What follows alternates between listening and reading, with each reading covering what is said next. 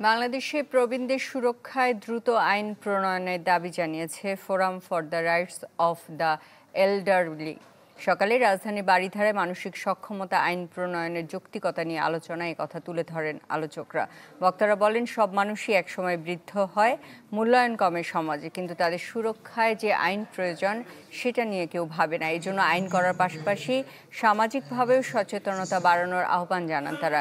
School কলেজের পাঠ্যক্রমে প্রবীণদের নিয়ে সহানুভূতিশীল প্রজন্ম কিভাবে গড়ে তোলা যায় সেটিও অন্তর্ভুক্ত করার উপর জোর দেন আলোচকরা। অনুষ্ঠানে জাতীয় প্রেস ক্লাবের সভাপতি হাসান হাফিজ বলেন, রাজনৈতিক পরিস্থিতি শান্ত হলেই কেবল এ ধরনের আইন করা যাবে।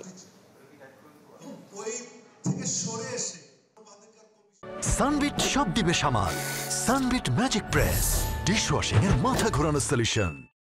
ব্যক্তিগত, পারিবারিক, সামাজিক এবং রাষ্ট্রীয় পর্যায়ে কিছু করা দরকার, এবং রাষ্ট্রীয় পর্যায়ে যেটা করা দরকার সেটাই আমরা বলছি একটা আইন করা দরকার স্বার্থ রক্ষার্থে।